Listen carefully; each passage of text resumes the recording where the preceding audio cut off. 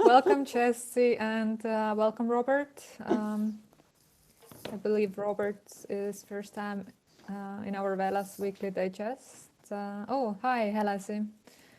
If anyone from our audience has questions or wants to weigh in, then be welcome to raise your hand. Oh, hi, Marcos.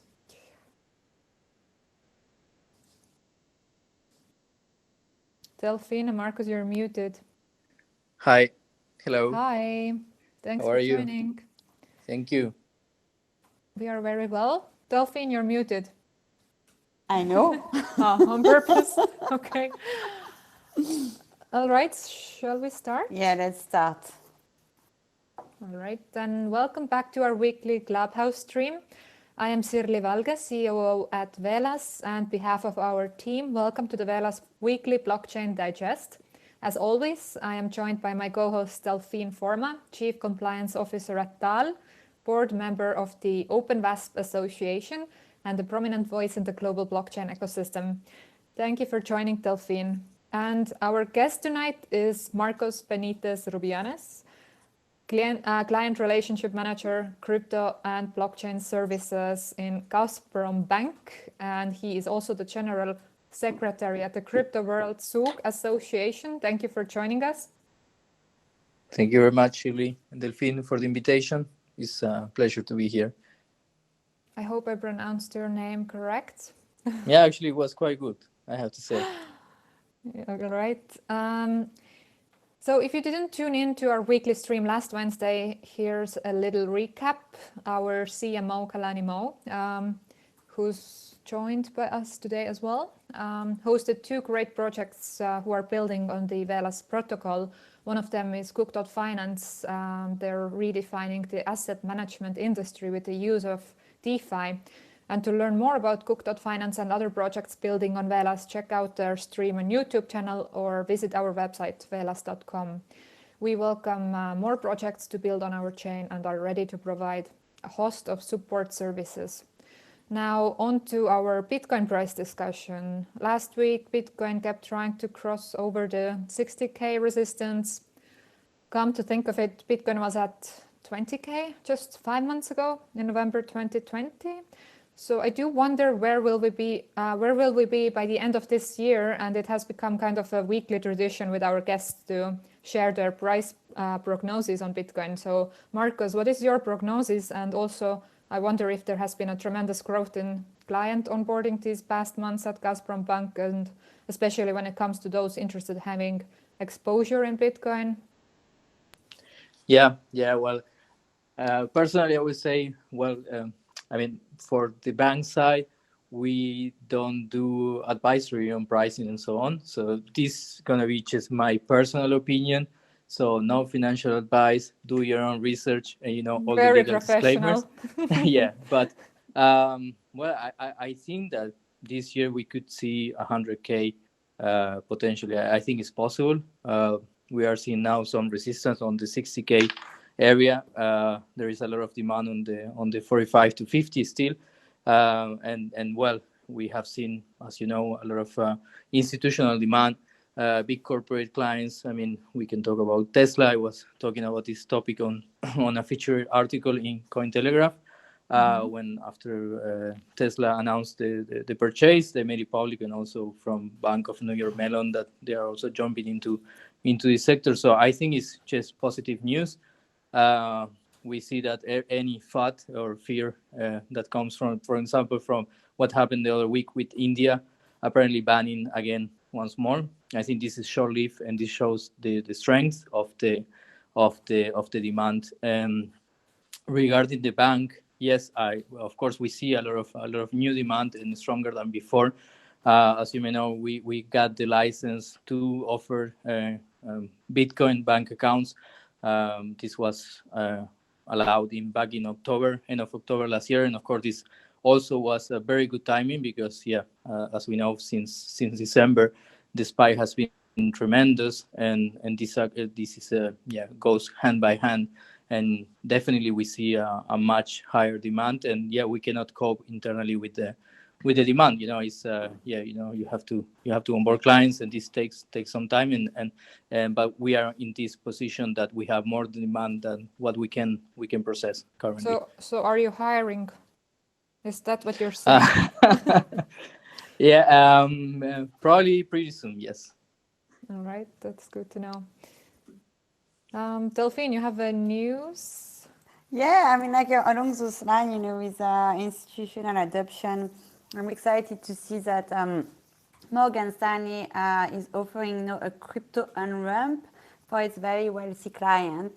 So based on a fresh intel via an internal memo, as reported by CNBC, Morgan Stanley will give clients access to Bitcoin investing but under certain conditions. So apparently participants in Morgan Stanley Wealth Management wing will be able to access Bitcoin through a Galaxy Digital Bitcoin Fund and Institutional Bitcoin Fund LP, as well as FS Investment and NYDIG Select Fund. And also allocation is capped to only 2.5% of each client's overall wealth.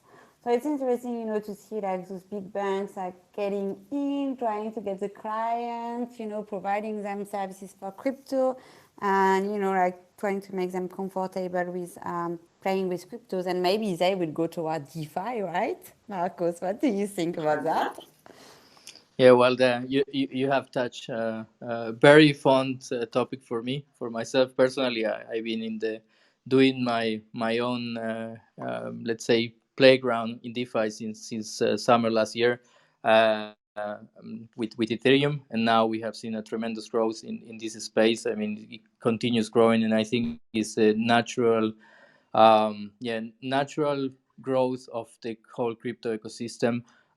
When we see that you don't need actually any intermediary to even invest and to get even passive income. And I think this is a big topic because, as we all know, the banking sector in general and the yield are in Europe are negative, and also in Swiss francs. So of course, people start to look for better options without facing a lot of risk. So I see that.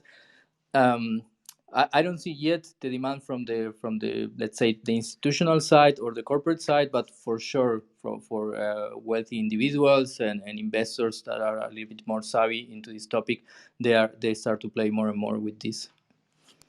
And it looks like Morgan Stanley won't stop there. So according to Korean media, Morgan Stanley is rumored to be negotiating the acquisition of a significant share in leading Korean cryptocurrency exchange BitHump. And reportedly, they are in discussions with major BitHump shareholder Bident, who owns roughly 10% stake in BitHump Korea.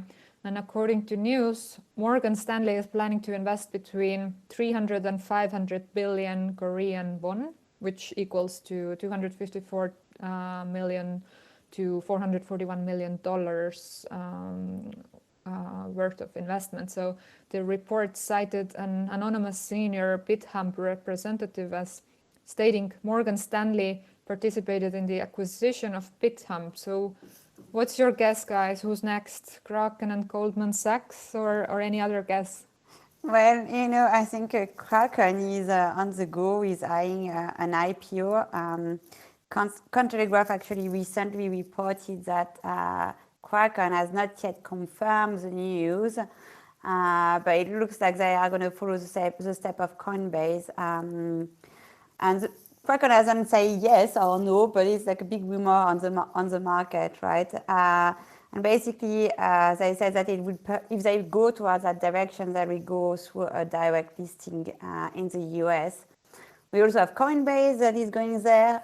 They were supposed to do their IPO this month, but apparently it has been postponed to next month. I think to another news with Coinbase that apparently the Commodity Future Trading Commission announced a settlement recently with Coinbase over charges that the company inaccurately reporting trading data on Bitcoin, and that an employee self-traded to create the illusion of volume and demand on Litecoin, which is called wash trading, which has been quite a little bit of a problem in the industry. It's made a lot of noise last year with exchanges trying to fake their volume on that. So let's see what is going to happen with Coinbase. Marcos, what do you think? Well, I think Coinbase is a very big name, and they have we may see some records there on the valuation. And well, as you know, this follows, I think, the Silicon Valley scheme. So we may see this starting to be a trend also for crypto. I mean, let's be honest. We went from e-commerce and digitization, and now we have another big industry that is still young and nascent. So I think we will see other follow suit. Coinbase may be the first, but then we will see. I'm really surprised about this news about Morgan Stanley. That's something completely new to me, and I know that the Korean space is gonna get quite off because of the new regulations and all the limitation that the regulator wants to put there. So apparently you will have to be a bank if you or close to, if you want to offer crypto to your clients. And of course, I think acquisitions, M&As is going to be all over the place for the next years. Thank you, In the Marcos. meanwhile, we have sorry. No, Shadi, go ahead. Thank you for this insights. In the meanwhile, we have someone from the audience who wanted to weigh in. Crypto Fader. Yeah, hi, this is Crypto Vader. I'm actually based in Switzerland. It's interesting to hear from you and from Marcos what's happening. What I was actually wondering is that in Switzerland there were two companies that were actually given banking license to manage crypto assets. There's a third company which withdrew its banking license, Bitcoin Swiss. But some of the companies outside of the ones in US just haven't got the scale or size to try and do what Kraken has done, what Coinbase has done, what BitMEX has done, and of course what Binance hasn't done. And I was wondering if this could actually be a lesson that phase one is over, where exchanges are already well settled. But do we see that from an asset management perspective, it could be an open opportunity for some of the bankers here in Europe to start looking at that world, because I see that part of the world still quite wide open. Marcos, what is your guess as you are in the banking? Yeah, that's a very good question. And being inside this industry since 2017, and having advised both fintech and other type of companies, and now with Gazprombank, of course we see this the competitive advantage that fintech has, and of course it's a different world when you are not regulated, as heavily regulated as a bank. So of course I think they have an upper hand. My assumption is that of course banks start to see this opportunity, and what's going to happen with Morgan Stanley and Bitham just shows you what may be the move, the strategical move from many banks. So they will just acquire these exchanges and this company. From the asset management part, I think we still need to see further development and filling the gap between institutional and other type of trading, because it's not the same to have an app and being able to manage your own account and trade back and forth, or in Binance, and then for more regulated type of asset managers. Yeah, thanks, Marcus. Really good explanation from that. What I was wondering is if it might be time for us to start doing ETFs in Europe on cryptocurrencies, because some of the digital assets are really now have proven themselves. They do not need to prove themselves over and over again. And for discerning customers, it might actually be a good idea to start doing ETFs, because not everyone would like to just invest into Bitcoin and Ethereum. They're close to about 50 other currencies. Some of them would really become very big in the next 5 to 10 years. So I think ETFs is going to be a good option, and that if we can start setting up those kind of modes for here in Europe, it might actually be an interesting thing, because while ETFs are still trying to get traction in the US, they're still trying. They're about, I think, at the last count, close to about 10 companies which are trying to apply to have ETFs in US. Haven't got that Canada has approved 2 of them. We all know that they are doing quite well. I think might be a good idea to start doing that here in Europe. Yeah, well, actually, we have here in Switzerland, as you may know, 21 shares with the offering of the, well, ETP, which is, yeah, it's not exactly the same as ETF, but it still feels that that demand. Yeah, I would like to see more incumbent companies and providers start digging into this market, but I think it's a natural next step. And as you very well informed on this, as you know, well, in the US it has not yet been approved, so that would be I think a massive step forward. But then you have also other providers. There is this ETC in the German stock exchange. So, and well, the numbers are increasing quite dramatically. I mean, the AUM that they have.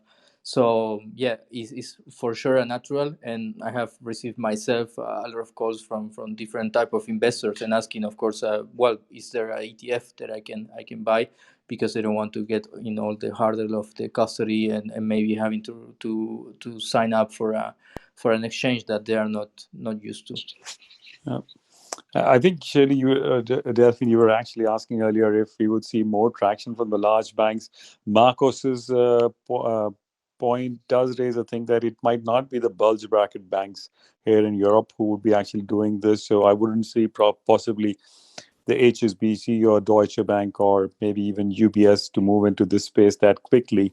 It would primarily be more like asset managers, the one that has been talked about, and the ones that Marcus just talked about, 21 shares or so, who would start coming in, and the big banks would kind of wait until they see the mood of the market, they see a little bit more clarity around regulatory environment before trying to get into this. But from a retail perspective, I would actually recommend that, as people have been saying, to at least start testing waters, start understanding the market. I'm not saying you start putting money, at least.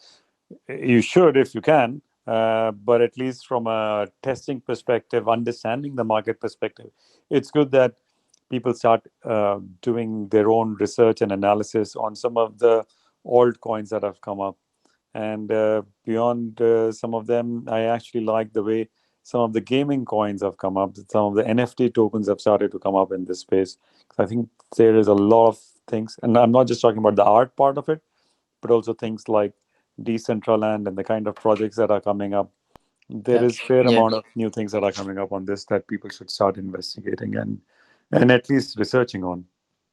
Yeah, I think it's not a secret anymore that all the big banks like UBS, Credit Suisse, they all have actually in the behind the curtains, they are researching it on daily basis, and it's just a matter of time until they start providing some kind of crypto services on the side of the traditional finance. Yeah, maybe an insider. I think this didn't hit inside Paradeplatz yet, but there was an opening for UBS head of, let me remember, it was digital assets and tokenizations. So really? yeah, so that's happening. So that's already a good indication of how the biggest banks start to really look into it. Yeah, and also from an insider point of view, HSBC, they have been working with blockchain technology for a few years on the trade finance side. So they are not looking, I don't know if they are looking at digital asset, but I know that they are actively looking at ways of improving their process with using blockchain technology. Yeah, and what I see here, like for example, in Estonia, there were just some new regulations in terms of pension funds, and starting from autumn, you can, through your normal bank, which provides you the pension fund, you can start investing into crypto ETFs and Bitcoin ETFs and so on. So it's also a step forward by normal traditional banking. That's very cool, Shirley. Maybe I should start. I should think moving to Estonia. I thought if I should put it there, because I had like collected quite like 20 years or so in this bank there, my pension fund, but I will have an option to take it out and invest it myself in a decentralized manner. So Well, I think that brings us to another interesting topic, because we are bringing up the topic of regulation a few times already, but that has been something quite big. And I'm expressing my personal view. I'm not expressing the view of my company's legal disclaimer again. I think quite damaging for the DeFi sector and the industry in general. So the FATF, which is an international organization that sets global standards in terms of anti-money laundering, terrorist financing, has issued a proposal for revised guidance for the risk-based approach for virtual asset service providers. So just for the little history, it started in June 2019. It got famous at the time because the first guidance was saying, no crypto people, you're going to have to apply the travel rule. The travel rule is basically, for those who don't know, in the traditional sector, when you do a SWIFT transfer, you have to transfer the information about originator and beneficiary of the transfer. So it started in June 2019. Of course, the Swiss regulator jumped in and was like, of course you have to apply that. How come you didn't know? We're like, okay, great news. We love it. This is quite bad. And then on Friday night, they sent a revised version. It's 100 pages. It's quite interesting to read, I would say. But basically, what they do, I'm going to be a little bit positive, because sometimes you need some positivity, right? And they give a lot of examples of what is DeFi, what is in the scope of the guidance, what is possibly not. But basically, they give a very broad definition of what is a virtual asset service provider. It even includes, so there is a paragraph somewhere, I think it's number 57, where they said that if you are a person conducting business development for the app, you might qualify as a VASP. So basically, it's like everything DeFi will qualify as a VASP. And what does that mean? It means that if you qualify as a VASP, you're going to have to be registered or licensed. And it means that you're going to have to apply the same compliance controls that a bank is applying in terms of risk regarding money laundering and terrorist financing. And it's just like a startup doesn't have the same means as a bank. And it's just really, really bad for the industry. What they're asking there is killing any technological improvement. And also what you see in this guidance, several times they have said, as a risk mitigant measure, if you are a VASP, maybe you should just not do business with unhosted wallet providers. This is, it goes super crazy. So Marcos, what is your take on that? Well, yeah, as I was saying, I'm a personally a fan of DeFi and all the opportunities. And as a background, I think what I fell in love from blockchain technology was the possibility to bring to life the financial inclusion. So I personally think that this would be very, very bad for the whole industry. Of course, we have to see when the consultation comes to an end in April and see what is the reaction of other big players. As we know, there is we assume there is a lot of lobby behind, and there is a lot of concern from incumbents that they may lose part of their business due to the avoidance of having intermediaries. So we were earlier we were participating in a webinar about this topic.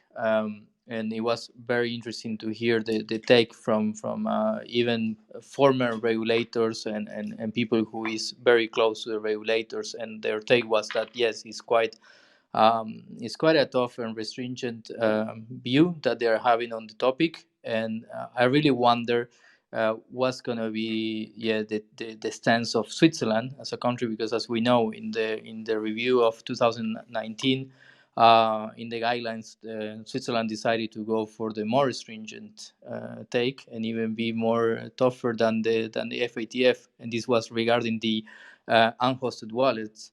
So I really look forward to see the opinion of the experts in the industry. So Delphine, does it mean that non-custodian decentralized wallets are also considered VASPs now? Yes, with this guidance, That's it's crazy highly because this possible. applies to us Everything. also. No, Shirley, this guidance, if the thing is like it's a proposal, right? So it's not. It's a proposal not from executed, an international organization. So the way it works, like right now, it's a proposal. We have until April to say something.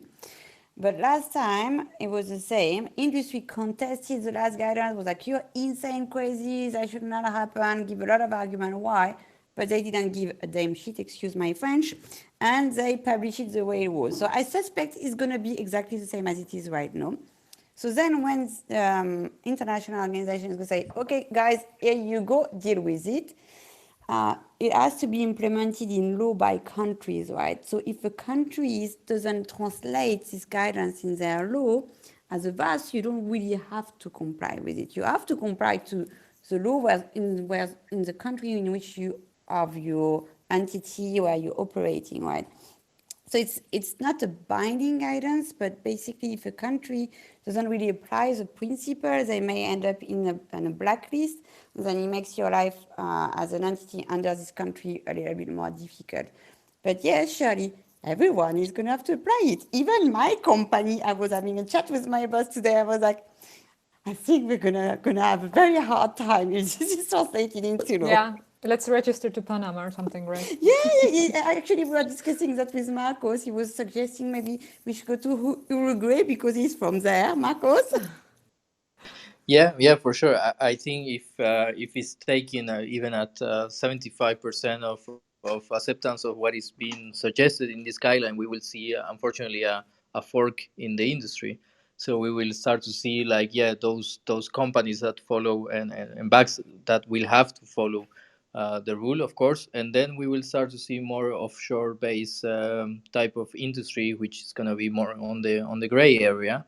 And probably and it's not only I don't take it as it's only because of money laundering and crime that is behind. It's just because of also because of privacy concerns, and also because it's if you don't need to have an intermediate, why would you just get rid of actually the biggest advantage that blockchain has on the financial sector? No, I mean, we have found many ways to do business faster, more efficient, cheaper.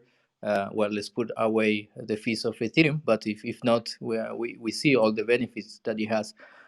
So yeah, I think we will see interesting development. Yeah, definitely. Okay. What other compliance news are there? So there was some other interesting one. There is a report that, I just wanted to talk about it because I find the title funny. It's called Bitcoin's Dirty Little Secrets. And it's from Bank of America. So everybody has a lot to say about Bitcoin, such as there is no good reason to own it unless you see the price going up. And that obviously it has a poor environmental record, so very basic stuff they are saying. But on the other hand, the bank is saying that they're intrigued by decentralized finance. And in this report, you can read that they say that it is potentially more disruptive than Bitcoin. So the bank is seeing DeFi as a radical change to mainstream capital market.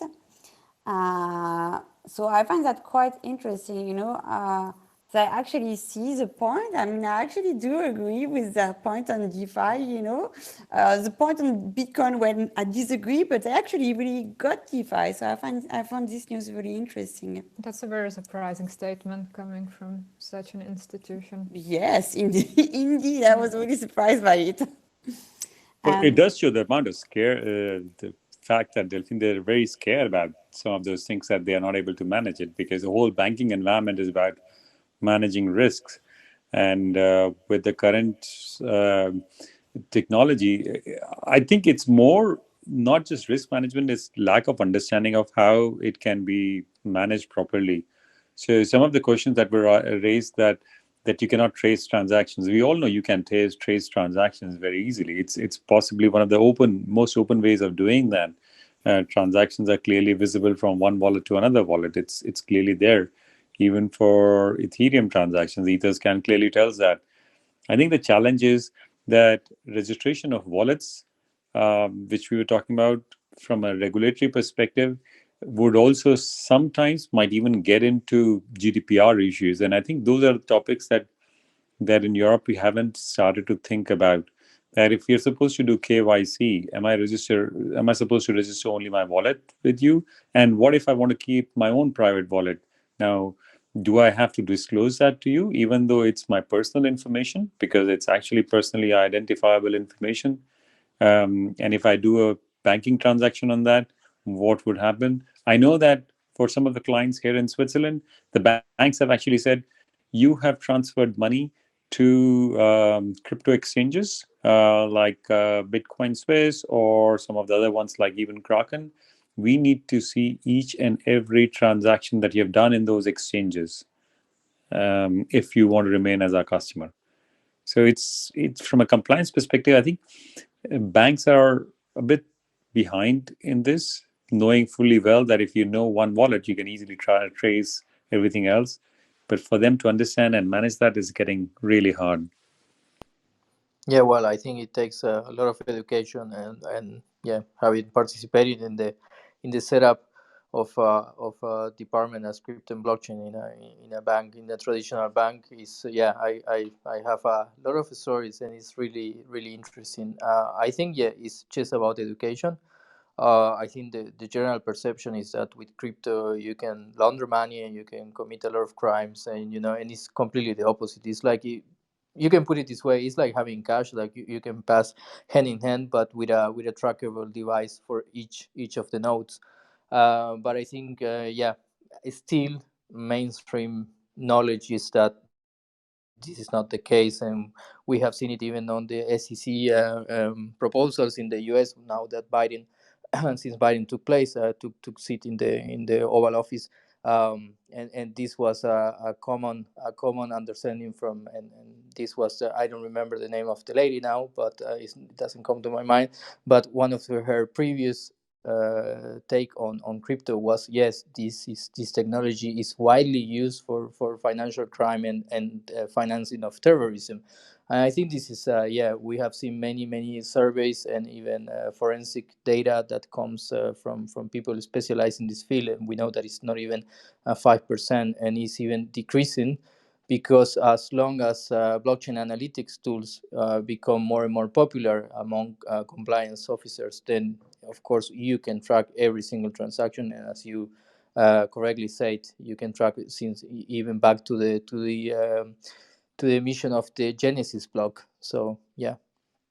Yeah, exactly. I fully agree with both of your comments, and I just think, like, I've been a compliance officer for a crypto exchange for more than 3 years, and as being I had to do all that by myself and checking what our customers were doing, and see, I mean, like, the number of suspicious transactions was very, very, very low. The only thing I would say is, like, maybe someone buying some drugs on a dark net. Oh my God, this is so bad, right? I mean, like, I think, like, even if you look, at all the studies done by Interpol or Europol, the money laundered through crypto is so low compared to the money that is laundered through trade-based money laundering scheme or using cash. I mean, we are very, very far from that. Crypto isn't. I don't think criminals are like crypto saviness. I think they are getting there because there was quite some interesting things going on. But I mean, like, no, I mean, like, it's very funny to see, like, the normal compliance officer being like, "Oh my God, crypto!" And you're like,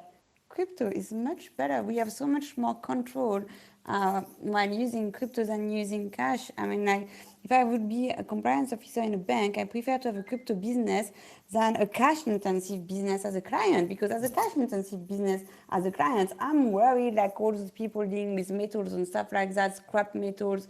I mean, like, there's a lot of cash. It's very dodgy. I mean, it could be very dodgy from a compliance point of view. I'm a compliance officer. Sometimes I'm a little bit, I would much prefer to have crypto business, right? So,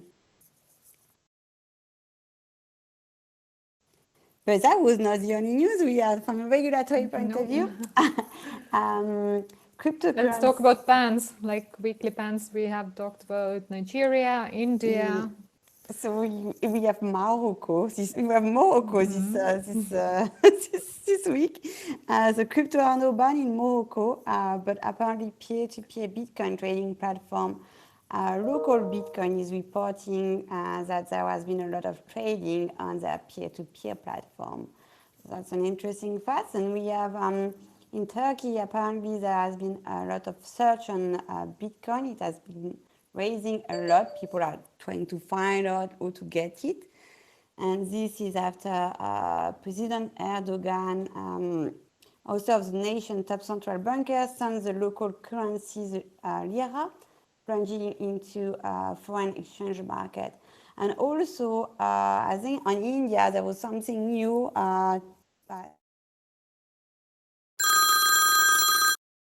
Trading of crypto is not forbidden. What is forbidden is bank dealing with crypto exchanges. So that was like a new something going on. And I think, Shirley, I sent something on India too. So, we like following up India, Nigeria. There is always some new stuff going on with those countries that change their mind all the time. So. And today's news about Russia to start tracking Bitcoin cash outs. So all the Bitcoin to fiat sales will be tracked by the government. Yeah, and we also had South Korea, as Marcos mentioned, that will require. They have just passed a new regulation, and it entered into force actually tomorrow. And the regulation is in line with what the FATF guidance is about. So apparently, OKEX is closing their operations there because the cost of compliance, the cost to comply with those regulations for crypto startup it's huge, right? OKX is huge. It's not even a startup, and it's an established company. Shirley, do you want to know what is the size of the compliance department of a bank like HSBC in London? In London, they have 8,000 people total. The size of the compliance department is more than 1,000 people. 1,000 people doing compliance, right? So it's very heavy. That's insane. And you really need to want to do it, right? Yeah, so they have to comply with the AML rules of what is the same AML rules for the banks. Exactly, Shari. This is exactly that. I will make just an addition, this incendiary comment, but yeah, isn't it funny that most of the countries that are so reluctant to crypto are the ones that have the biggest gap in wealth between their citizens? It seems like someone said in one of these Telegram groups, it said like India is very good at keeping their people poor. Yeah, makes sense. Do we have any questions or thoughts from the audience, or questions to Marcos regarding maybe banking, crypto and banking? Feel free to raise your hand, or just any topic you want to share.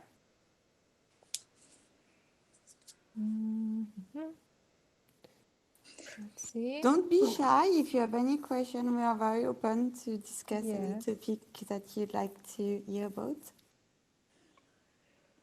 Well, while others are thinking about the questions, I think by and large, the adoption of crypto would actually, and to get this on mainstream. It's not that it's not mainstream. We all know that it's about 1.7 trillion US dollars market. I think it's still the hesitation is because the viable use cases need to come out in a much more faster way than what they have been.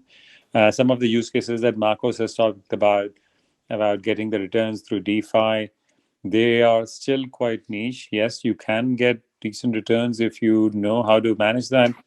But I still believe that by and large, most people are still afraid of trying to download a MetaMask and then connecting wallets from one to another and then trying to use them. And I think it's upon us to start educating people that this is going to be much more safer. If you start using them, it's quite secure, and educate them how to use it, how to manage the keys, create the right kind of security environment around it, and primarily reduce some of the frictional costs that are there. So for those of us who travel outside of our regular countries.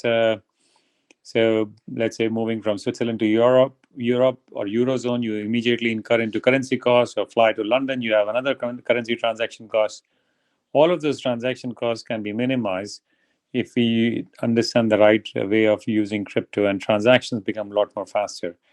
I guess those kind of use cases need to come up fast. So I'm looking at some of the disruptors like Revolut to start doing that in a much better and organized way, that retailers start accepting it, users start using it, and it's as easy as using an Apple Pay or a Google Pay transactions. That might actually help. And of course, then compliance regulatory requirements would also be easier, to the point that Shirley said and Delvin was saying, that if HSBC has that many number of people, it's actually a common thing for most of the banks now to have huge compliance departments. And despite the number of compliance departments, the amount of fines HSBC have had to pay in the last few years, given the AML issues that they've had, it's still phenomenal. So I think it's to say that crypto causes AML is quite wrong.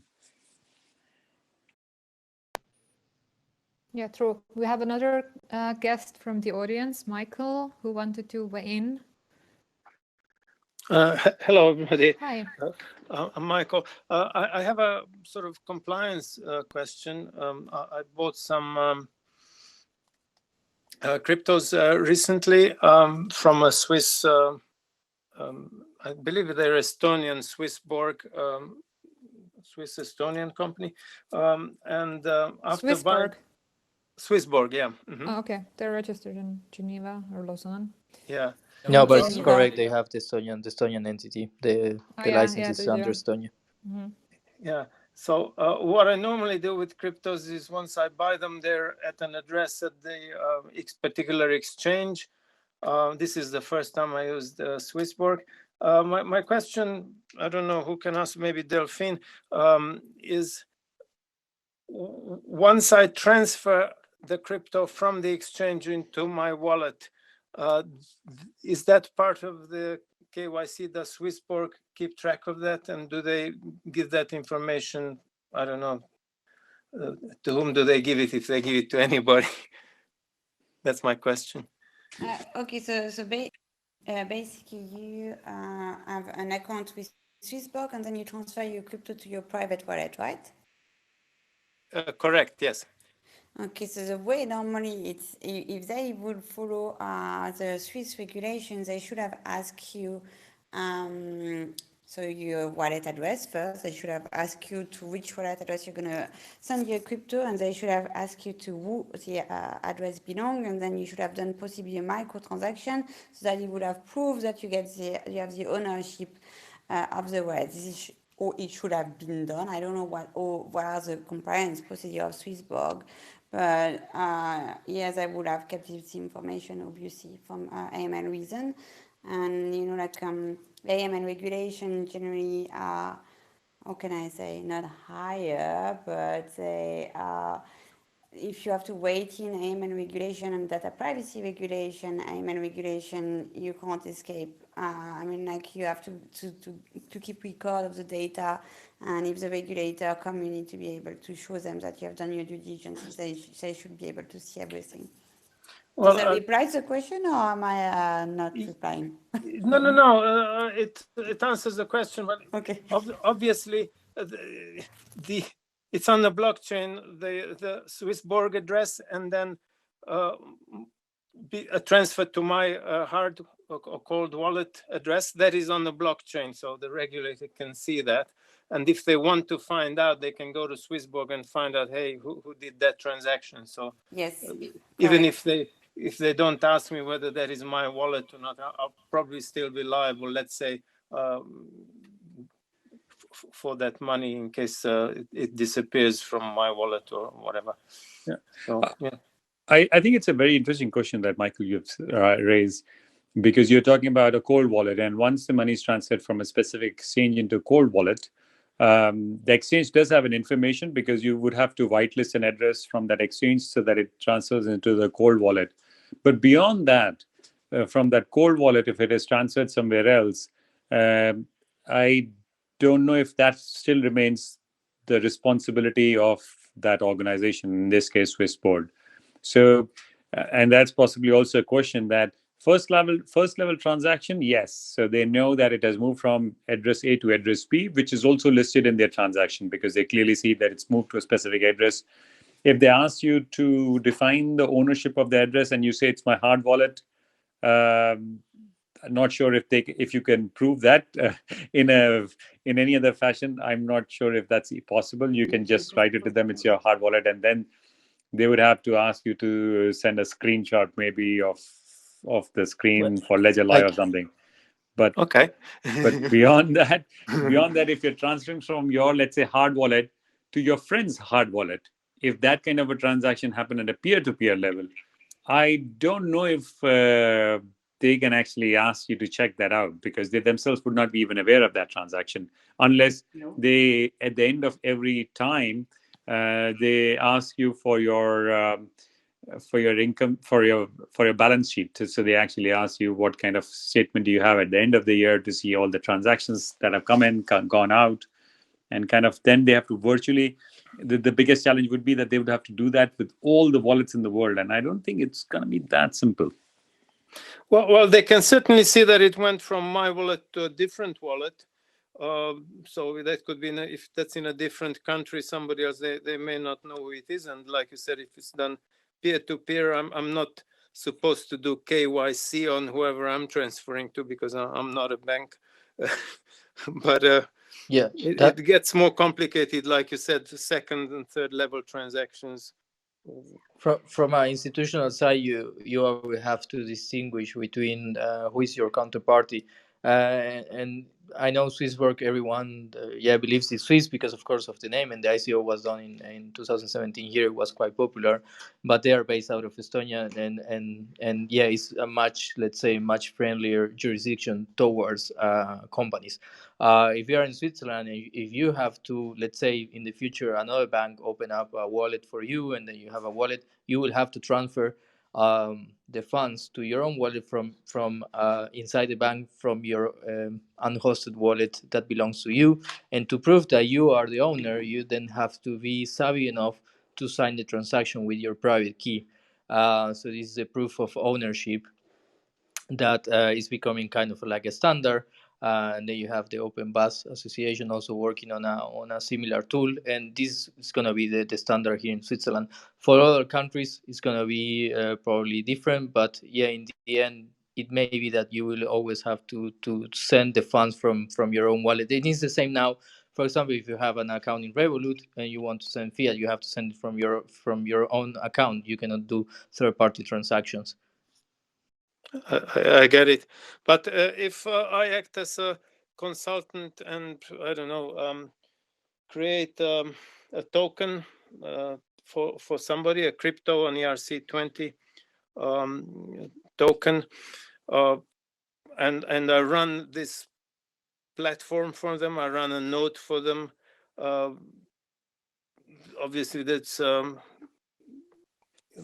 a more complex thing. You were talking about WASP crypto things, so I think I need to get legal advice on Yes, that's correct, and I think no one wants to make an open consulting or recommendation. Yeah, fair enough. But you may contact some of the panelists later. Okay, thanks very much. We can recommend you good lawyers on that field. Robert, hi. Yeah, hi. Basically, I was just thinking the whole VASP thing and wanting to follow on from what Michael was saying. Different example, but similar sort of thread. I guess a lot of people are using exchanges like Binance. And obviously, if you send from Binance, you send to your own hard wallet. You're going to put in the wallet address. So yes, everything can be traced. But at what point then are we going to start having to identify these things? So living in Switzerland, as Marcos was saying, okay, maybe then I want to cash in some Bitcoin at some point. At that point, are we really going to need to have to somehow prove that we own the hard wallet and we own the Bitcoin on the hard wallet, and how? Yeah, I mean, from interacting with indirectly with regulator and compliance, and this was a big topic back in the days. And yes, it's like quite of understood that eventually this is gonna be the way, and this is by the proof of ownership. So there are some tools even online that you just is kind of you connect similar to MetaMask how it Yeah. works, and then you're showing that you are behind the wallet. Of course, let's be honest, it's very hard on a factual perspective to say, yeah, this I signed this, but I can ask a friend to sign the message, and then he will be actually the owner of the wallet. So the only thing that you are showing is that yes, this person is behind. There is someone behind the wallet, and we assume that this is the client.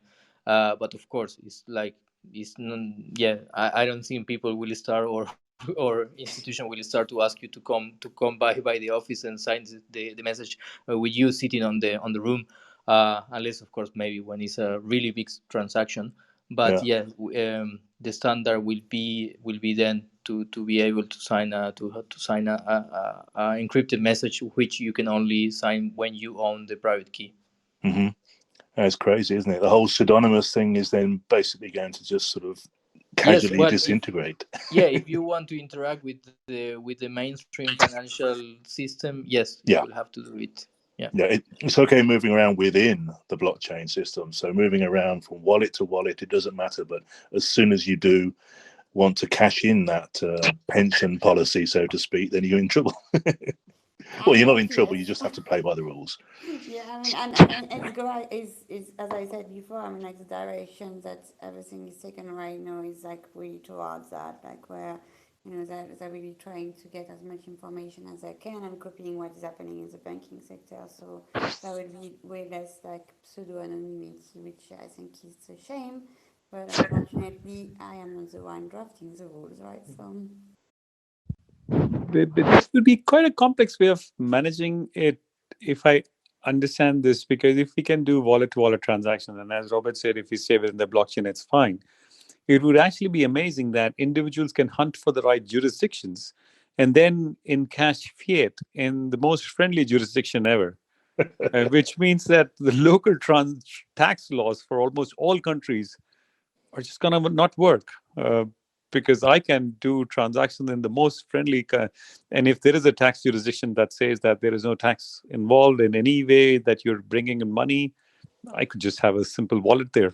And having a wallet there doesn't even mean that I have to have a registered address there. It's just going to be changing the whole way we are doing business right now. I think it's going to be the same with everything. The more potential restrictions or regulations come in, and the more or the tighter anti-money laundering stuff gets, the more ways people will find around it. But at the end of the day, I think normal people like most of us who are just wanting to save some more for their retirement, we're just going to say, okay, it's time to cash out. Fine, I'll fill in my tax forms, and that's it.